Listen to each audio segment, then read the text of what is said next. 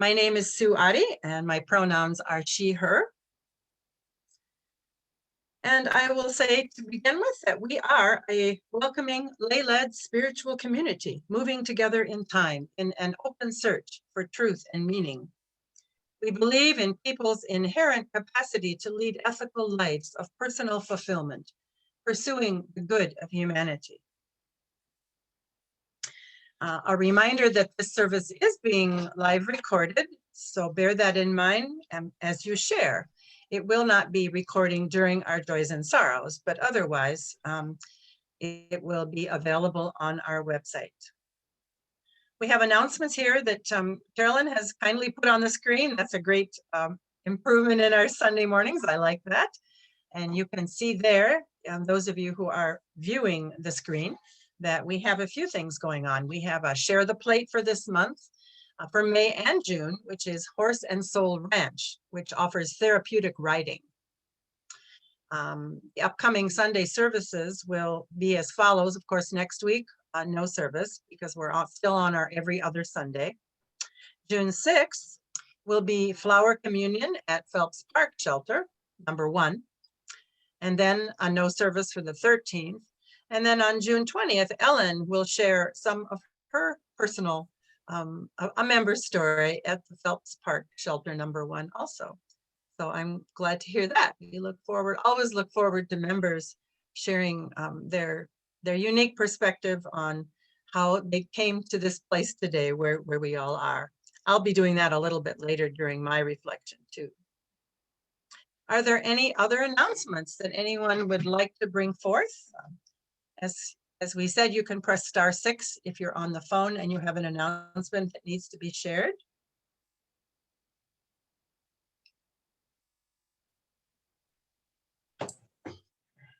So I have a quick announcement. Okay, the Carolyn. collective action for racial equity will be meeting on the 3rd Tuesdays throughout the summer at 6 p.m. And we are planning to meet at Phelps Park. We met that way, was it this week? Yeah, it was raining. We were under the shelter and it was just fine. It was. Well, seeing no others, I will move on to remind you that today's service relates to our UU principle number 2 primarily. I'm thinking of justice, equity, and particularly compassion in human relations as we think of this pandemic theme that we're on. Also, I'd like to remind us that our monthly theme for May is truth. Truth. Something we have come to value even more, I think, during these troubled times of 2021. I was reminded of the words of former New York Senator Daniel Patrick Moynihan, who said, "Everyone is entitled to his own opinion, but not his own facts." Many of us have watched worriedly while some political leaders have manipulated fact and truth to serve their own interests. Difficult as it is sometimes, we UUs know it is both our duty and our responsibility to seek the truth before we act on the decisions of our lives. So I think this theme of truth certainly bears a little time of reflection. This morning, our chalice lighting will be read by Ellen McDonald. So thank you, Ellen, if you'd like to unmute yourself. In times of darkness, we stumble toward the tiny flame. In times of cold, we seek the warming fire.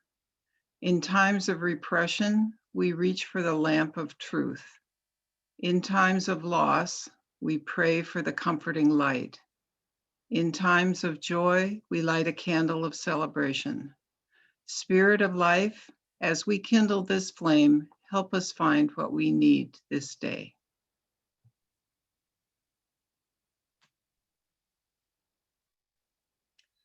Thank you, Ellen.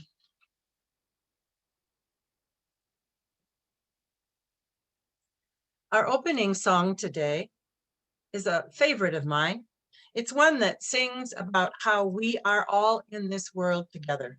even though our experiences may vary. We're all on our way to the other side, however we view that. And there's just something wonderful about doing it together and helping each other along the way. So if you know it, the song, enjoy it and remain on mute and sing along. And if you don't, I hope it'll become one of your favorites too.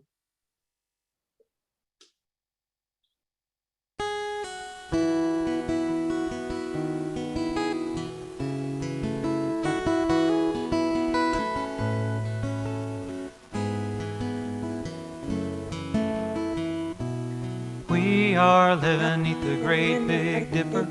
We are washed by the very same rain. We are swimming in the stream together, some in power and some in pain. We can worship this ground we walk on, cherishing the beings that we live beside. Loving spirits will live forever. We're all swimming to the other side. I am alone and I am searching, hungering for answers in my time. I am balanced at the brink of wisdom. I'm impatient to receive a sign. I move forward with my senses open. Imperfection it be my crime. In humility I will listen. We're all swimming to the other side. We're all living neath the great Big Dipper. We are washed by the very same rain. We are swimming in the stream together, some in power and some in pain. We can worship this ground that we walk on, cherishing the beings that we live beside. Loving spirits will live forever. We're all swimming to the other side. On this journey through thoughts and feelings, finding intuition, my head, my heart, I am gathering the tools together. I'm preparing to do my part.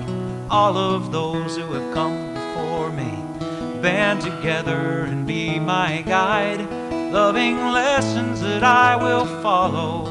We're all swimming to the other side.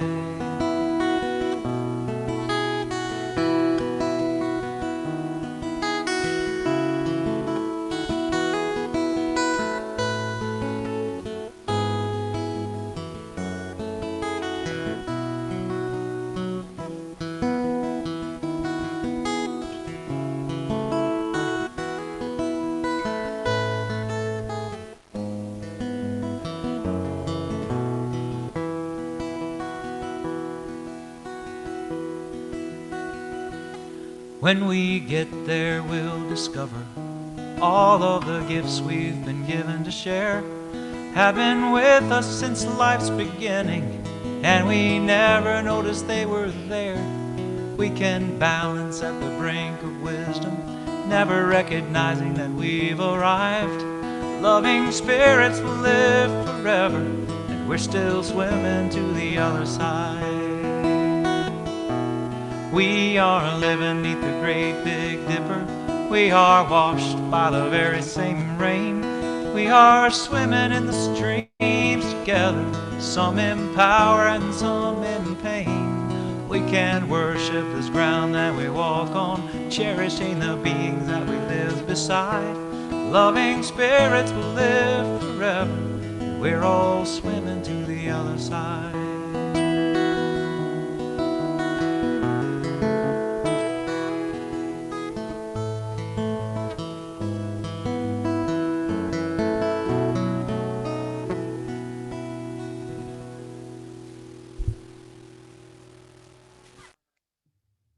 Ah, a lovely song, a lovely song. We're all swimming to the other side. Before Carol reads our land acknowledgement, I wanted to mention, since our theme today reflects on the pandemic and how we have made it through or maybe not made it through, we're especially aware of the losses and deaths due to COVID that have happened in larger numbers in our Native communities and people of color communities than in white populations. there's a real sorrow to this and a concern about how justice and equity and compassion really do stretch into those other communities. So thank you, Carol, for reading our land acknowledgement today. Thank you, Sue. With this land acknowledgement, our congregation is engaging in a practice of truth-telling and reconciliation. Northeast Iowa was first home to the Iowa or Bakochi, the Sauk and Fox or Meskwaki, the Decorah, and the Ho-Chunk. We recognize the ongoing relationship of Indigenous people to this land and follow their lead as we endeavor to be stewards going forward. Please now pause with me for a moment as we commit our hearts to uplifting, standing with, listening to, and following the lead of Black, Indigenous, and people of color to create the world in which we want to live.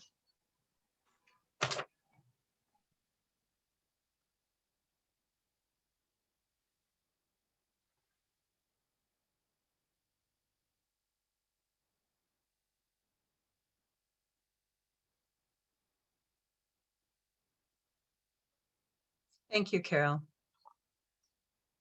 Now, as we move to our joys and sorrows today, I would like to remind you that you may raise your Zoom hand to share any personal or joy with the fellowship.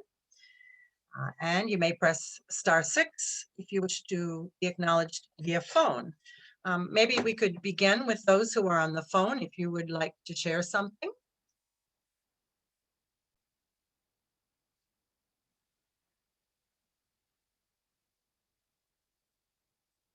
Let us then move on to our song, which helps us think of what these joys and sorrows have meant to us.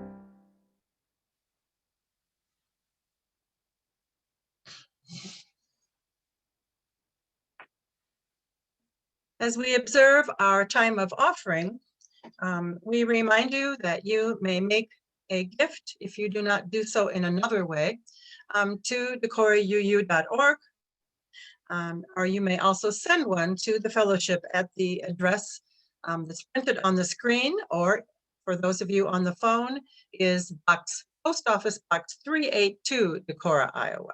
Decorah UU it would go to. So we welcome all your gifts that help us continue to do good in our own fellowship and, of course, all around the community. Please join me as we sing the offertory.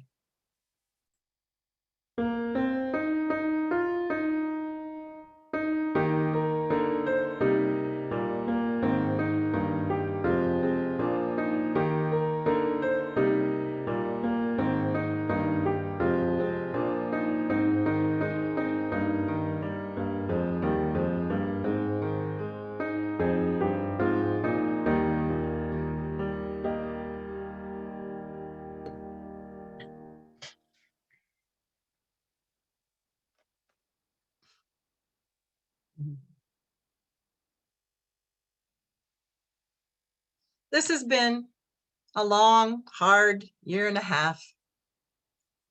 I don't even know how we can begin to say enough about how it's impacted not only our own lives, but our neighbors, our country, and the world. Even though many of us are vaccinated or are feeling that our situation is much better, we know how much of the world is still suffering with COVID-related problems. We've all had our stories this last year, and while there are common threads to many of them, each story is unique. I have felt connected to many of them as I listened to the PBS NewsHour on Friday nights when they have a wonderful time when they show many of the families who have died during the last week. They pick someone from a cross section of the country and tell a little story about what's happening in their lives. And that makes it so personal and so real. I felt the tears come many a Friday night as I realized these are real people who were loved by their families and communities. I've been one of the fortunate ones, losing no close friends or family.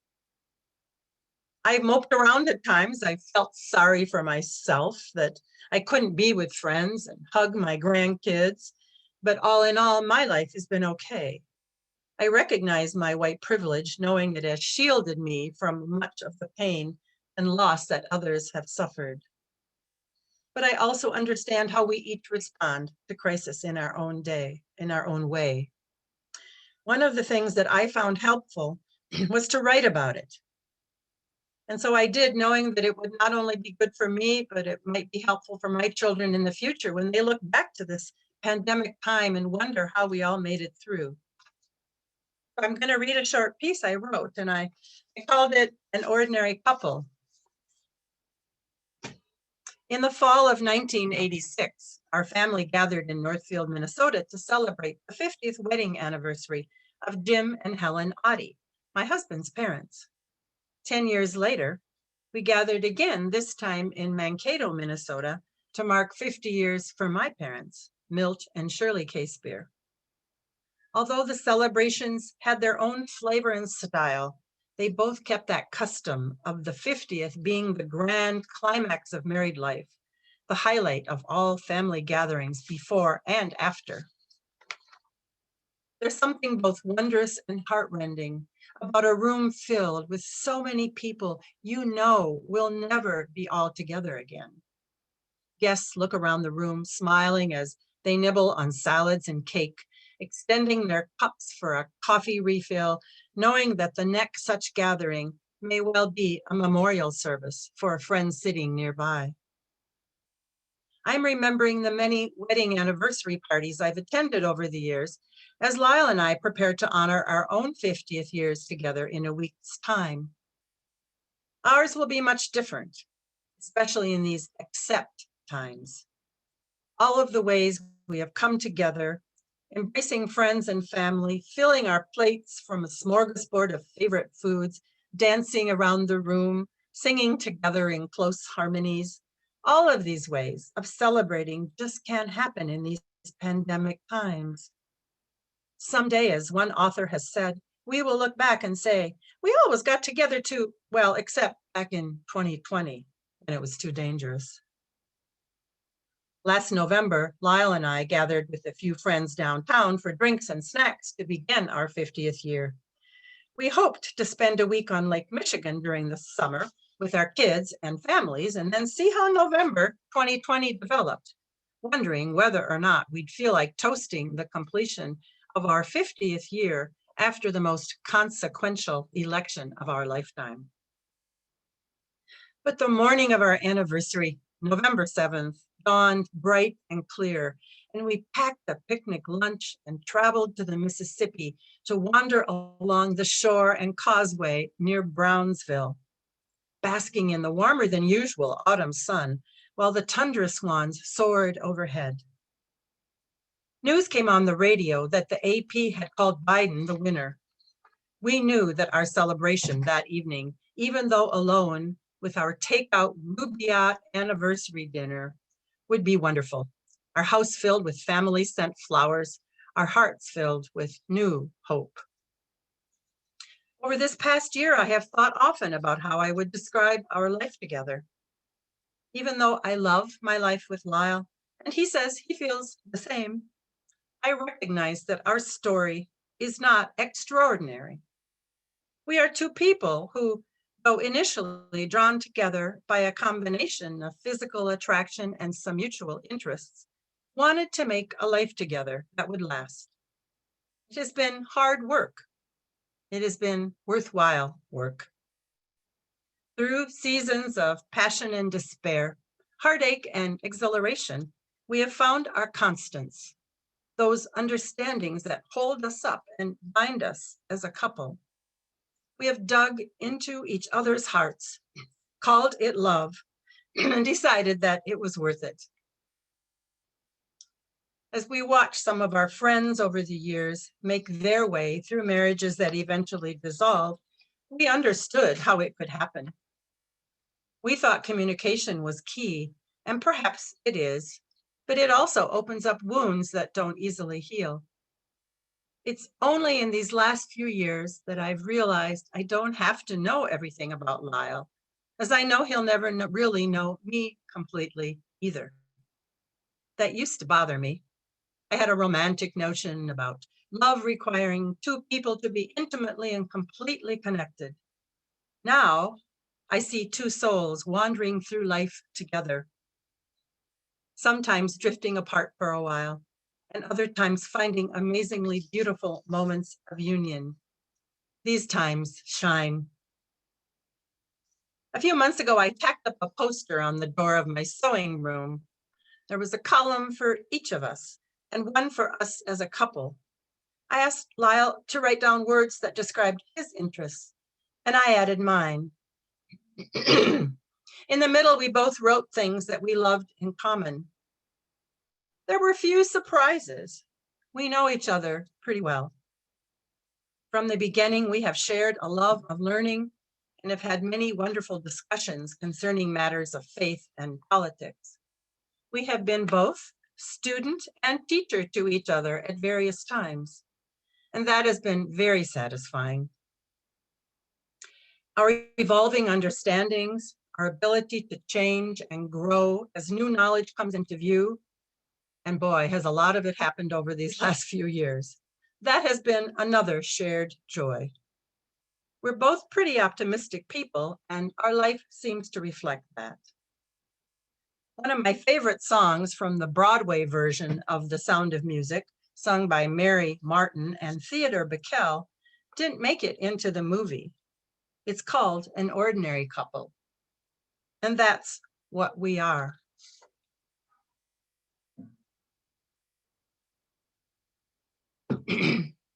It goes like this. An ordinary couple is all we'll ever be. For all I want of living is to keep you close to me, to laugh and weep together while time goes on its flight, to kiss you every morning and to kiss you every night.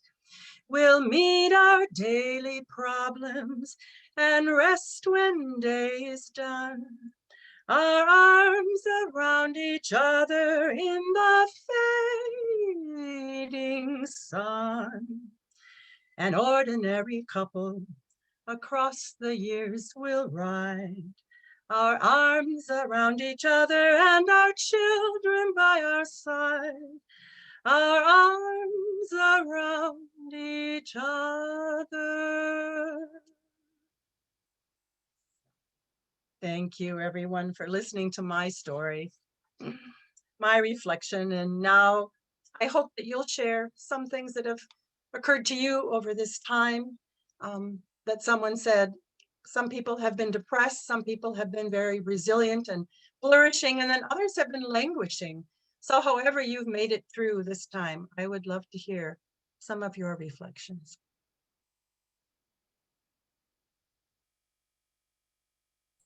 I don't know if I should just start speaking. I raised my hand, but Sure. Go ahead, Carrie. I guess for me, in some ways, I had been so used to being at home and on my own and not having, I haven't driven in almost 10 years. And so I was used to being home. And then when the pandemic hit, Mark was home. And to some degree, that aspect of it was a comfort to me because I had someone to be with during the day. And so the loneliness went away to some degree. But then, of course, we have actually lost a friend or two from COVID-19. Not terribly close friends, but people that we knew. So there was the sadness of knowing what was going on in the world with the pandemic.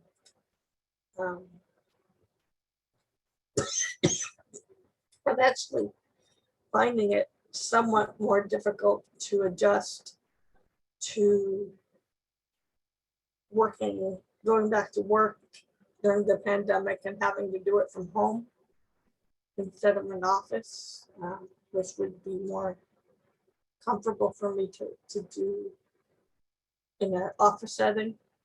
And just stress that comes with going back to work that I didn't anticipate. And that's not so much pandemic related, but I think it would be a different situation if the pandemic had not been there. So I guess that's what I want to say. In a way, in my life didn't change a lot personally, but having Mark here actually added good things to it. That's good to hear. Good to hear, Carrie. Thank you. Thank you for sharing. I see Lyra has her hand raised. Would you like to join in, Lyra? There we go. Sue, thank you so much for sharing that insightful thoughts on relationships. I've had both one dissolved relationship and one I've been with now for 20 years. And I appreciated how you spoke about the ebb and flow and keeping it together. So thank you for that. My husband is laughing in the background.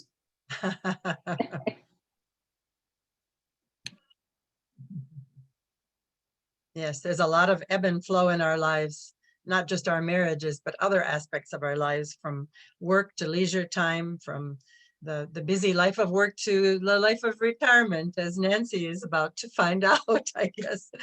So someone else like to share a little bit about how you were resilient through these times, or maybe not. Jean. I still don't know how to work that little button, but I'm just going to raise my hand. When this first started, I was just terrified for my students because I know some of them had horrible home lives. So bubble wrap became my savior. Every time I get stressed about them, I'd start popping my bubbles. That sounds dumb, but it helped me. And I thought we'd get so much done at home because we are not good housekeepers. We are kind of hoarder-like. And I thought, God, we're going to get everything done.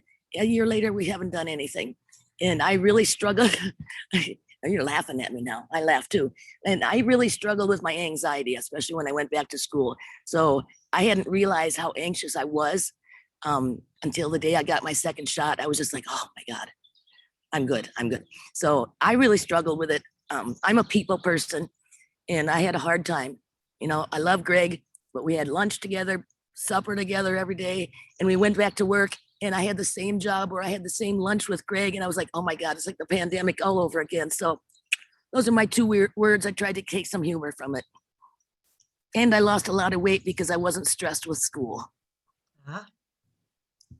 Humor is good, Jean. Thank you. Humor really helps us get through a lot. Yeah. I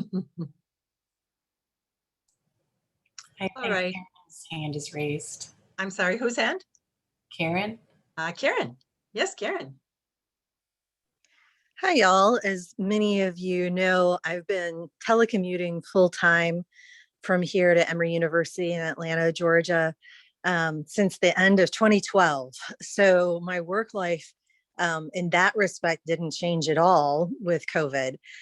What had happened before the pandemic is that we had a whole bunch of different employee resource groups in our division that were kind of identity-based that people could join to network and to kind of bubble up ideas to leadership about inclusivity, et cetera. And for example, there was an LGBTQ plus and allies employee resource group, which I will call ERG from now on. there was also a remote employees erg. And I was invited to join both of them. And I actually told the queer erg, I am not going to join you because I have only enough bandwidth for one erg. And it's actually more important to me that I join the remote employees erg, because we are so often excluded from meetings, from just consideration in the everyday operations of our division. And what happened during the pandemic was that our inclusion was accelerated to such an extent that it would never have happened this quickly, this profoundly, had it not been for the fact that everybody became a remote employee. So I really appreciated that aspect.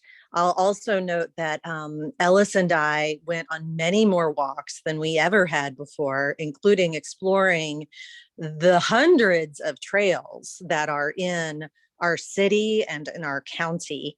And we also began dining outside a lot more. So during the warmer months, during the winter, we retreated indoors for our meals. But during the summer, during the fall, we've really enjoyed getting food to go from local restaurants, eating by the riverside, and appreciating the beauty of our area.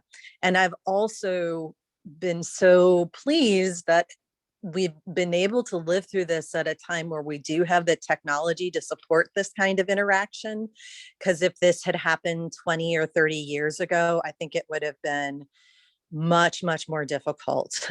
So the fact that the chorale was able to continue to have rehearsals via Zoom, such that we were able to come together when we finally could in person and already know the music, that we were able to do something weird like the Clue theatrical production that New Minimal Players did. So I've really been astounded at how creative and resilient folks have been in the midst of this. So those are some of the positive experiences that I have experienced over the past year. Thank you, Karen. And those are very interesting. And Karen, you bring to mind that, of course, there have been some positive aspects of this. And I saw in the news just yesterday about the cases of influenza deaths in our country was way, way down. It was just I can't even remember the number now, but it was just in the hundreds instead of the thousands that it had been in the past. Did you have a number, Jean, for me? No, but my concern with that is now next year they won't know what to base the vaccine off of. That's a concern I have there. Sure. But I wanted to go off, Karen. We also did a lot of hiking around the parks I've never heard of. We ate out to the point where it pretty much cleaned out my checking account, by trying to support the local people. We just ate out all the time and took them to the river and stuff. We had favorite spots. Well, like we watched them build a new Quick Star from the parking lot next door, and just all kinds of things like that. So yeah, it was great to find new stuff to do. Yeah. So it's good to know that we've seen the horrors of the deaths and people suffering on intubator, on tubes, and there's been a lot of that. But then for those of us who have been able to make it through with some humor and with some joy, it's been good. Who else has a particular perspective they'd like to share? Ellen McDonald. I thought about trying to write something out, and it's just such a mishmash, but I have struggled with boredom all my life. I like a lot of action, and I had more kind of panic about what it was going to be like than I did suffering with actually getting through, because you just get through hour by hour and day by day. And I don't think I suffered a lot for this, but my world came almost literally crashing down on July 22nd when I hit a curb, and it was directly related to COVID because I was in Rochester and I saw that I was too close to a cluster of people crossing the street together. So I decided to move away, the responsible thing to do, and didn't look down. And so hit a curb.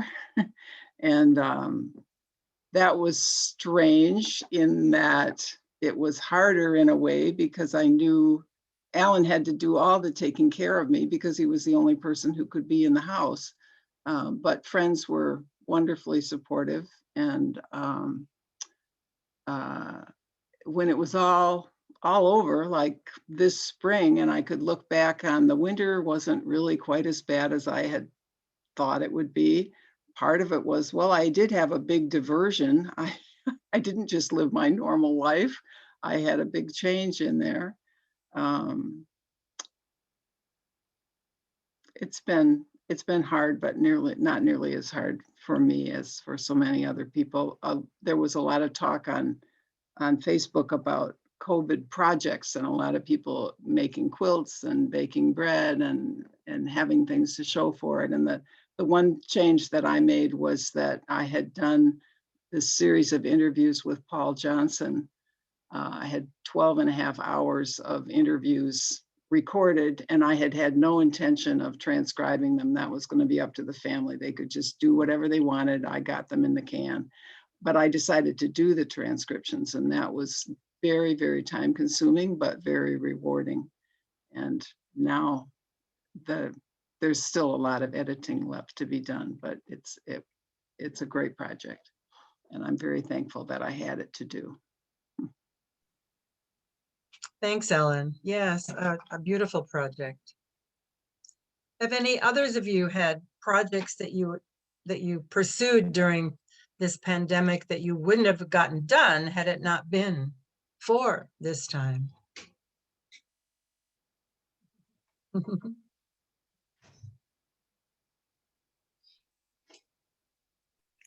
I'm still laughing at how little we got done. Oh, gee. And how about the feeling that you don't need to clean the house because nobody's going to be coming in, and all of a sudden I'm anticipating, oh, it'll be so great to have people over. Yikes.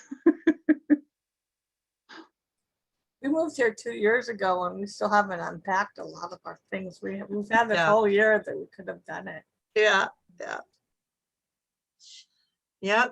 We're creatures of habit, and just that the pandemic didn't alter some of those habits, I guess. Well, I've been reevaluating what getting things done means. And mess is a lower priority now. And I only show like the part that's clean here. Carolyn, we have been a project for you, and I have to say I really appreciate it. It's really obvious how much time you and Karen have put into keeping us going, and that's very important to so many of us. Yes, thank you so much, Ellen, for mentioning that, because that's certainly something that you have accomplished, Carolyn, during this pandemic. You have become a Zoom wizard, an amazing person putting together these slides for us. And thank you also today for all the ones I see that Carolyn mentioned that Ellen had allowed her to use her account where she keeps her photos. And so that Carolyn can use them to make the beautiful slides that we see for our service component. So thank you to both of you for that work. They're lovely. In the past year, I took up embroidery again. I haven't done that since like high school. I made some I made some embroidered pillowcases for my daughters and my granddaughter, and that was just fun.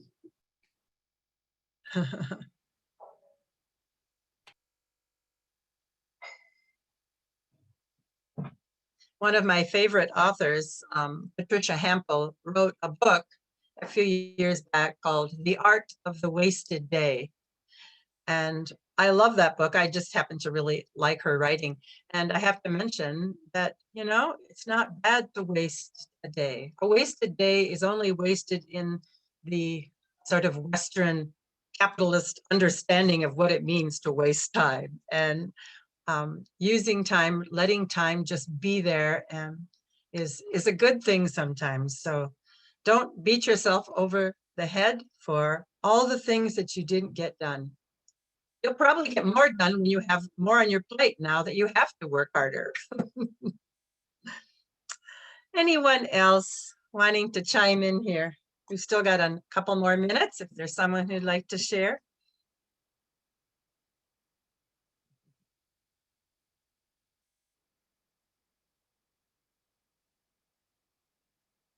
If you're on the phone, you can press *6 if you wanted to talk about how you have managed during this pandemic time. Okay, I'll be honest. I've been treating my whole house like an archaeological excavation, full of little treasures, closets, cupboards, corners, and I'm not done. In fact, the places I've been excavating need re-excavating because there's new layers of good treasurable items. So like, you know, like an explorer, archivist, architect, I got a lot of junk and I treat it like a little treasure hunt because you never know. You never know what you might find.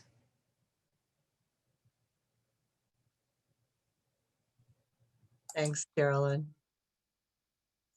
Well, unless someone else wants to chime in, I think we can move to our closing song. Our closing song today comes from a choir who, as Karen mentioned, they were able to connect through Zoom and through various other technologies to sing together and to record together. And so this kind of fits into that theme. There's a song that's in our own hymnal. If we were at the Lingonberry, we could open to number 95. It's called There Is More Love Somewhere, and it's an African American hymn that is sung here today for us by a choir. It's called the Wilson Choir, a high school choir of seniors who sang it in 2020. So enjoy this one as they sing it to us.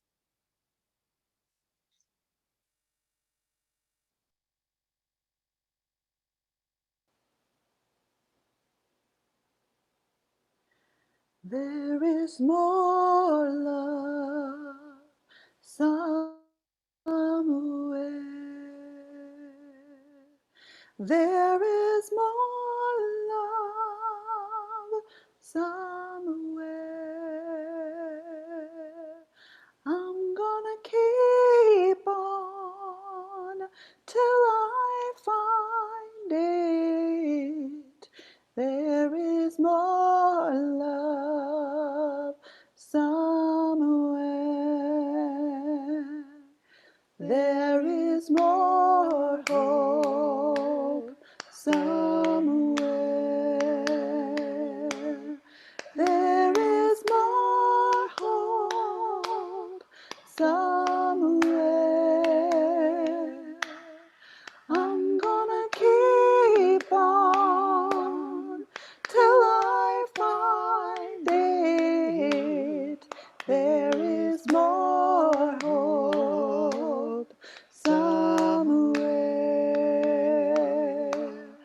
There is more peace somewhere. There is more peace somewhere. I'm gonna keep on till I find it. There is more peace somewhere.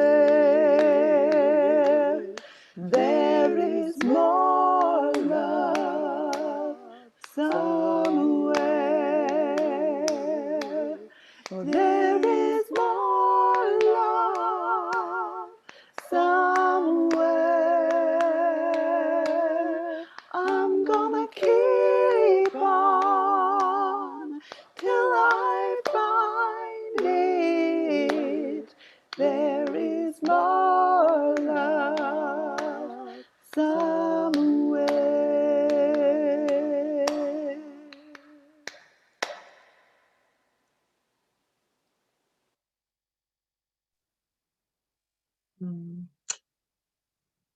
Thank you to the choir for that lovely song. I hope we'll be all singing together in the Lingonberry by the fall if things have kept moving along in the right direction. Let us imagine being all together again. And we'll be together outside a few times this summer too, I hope. It's in the plan anyway. We'll hope it works well. And now Ellen McDonald will read our Extinguishing of the Chalice. So please join along at home with her on mute. Thank you, Ellen. As we weather winds of change, may we have wisdom to cherish moments of stillness. As we recollect times of challenge and of pain, may we remember also the graceful blessings of our lives. As we look to future unknowns, may we have the boldness to trust that there is unimagined good yet to come. Thank you. And thank you to everyone who shared, who read, who took part in our service this morning, especially, of course, to Carolyn for all of her work, and to Otter for our music and our bulletin. And together, we've made it through this year, and we'll continue on with new energy and hope in this new year. So thank you, everyone. Have a wonderful day today. Wanted to say, Carrie, thanks for the writing in the paper. I enjoyed reading it. Very nice. Sue, I loved your song that you sang. Well, I'm more and more courageous these days. Maybe that's something that happened during the pandemic. I don't know, but I love the song, and I know most of you wouldn't go and look it up from the old Broadway version. So I thought, well, you're just going to have to hear it from me. I already looked it up. Okay. Thanks, everyone, for a wonderful day.